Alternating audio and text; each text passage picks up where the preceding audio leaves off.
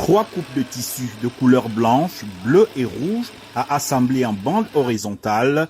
Le tailleur nigérien Yahaya Umaru ne compte plus le nombre de drapeaux russes qu'il confectionne au quotidien, tant la demande est importante.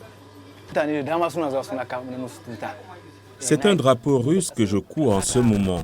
Ces derniers temps, des gens viennent dans mon atelier pour confectionner des drapeaux pour le Niger, le Mali, le Burkina Faso et la Guinée.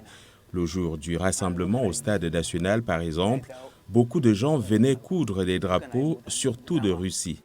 À Niamey, de nombreux commerçants et tailleurs confirment que les drapeaux russes sont très demandés depuis le coup d'État militaire ayant renversé le président Mohamed Bazoum.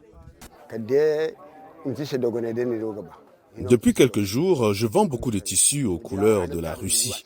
Des commerçants et des gens achètent ces tissus. Je ne peux pas estimer combien de tissus ont été vendus ces derniers temps, mais quand un produit est facile à acheter, il devient difficile de s'approvisionner. Avant cette période, ce n'est que lors des campagnes électorales que les tissus étaient si populaires. Comme au Mali et au Burkina Faso, pays également dirigés par des putschistes, les drapeaux russes fleurissent désormais lors des manifestations de soutien aux militaires.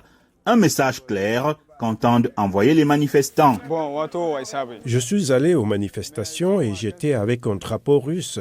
J'aime la Russie parce que la plupart des pays africains sont avec les Russes. Je pense aussi qu'ils ont une solution. Cette affection pour la Russie, disent certains experts, est en fait le reflet d'un sentiment anti-français qui n'a cessé de croître au Sahel et dans d'autres pays africains.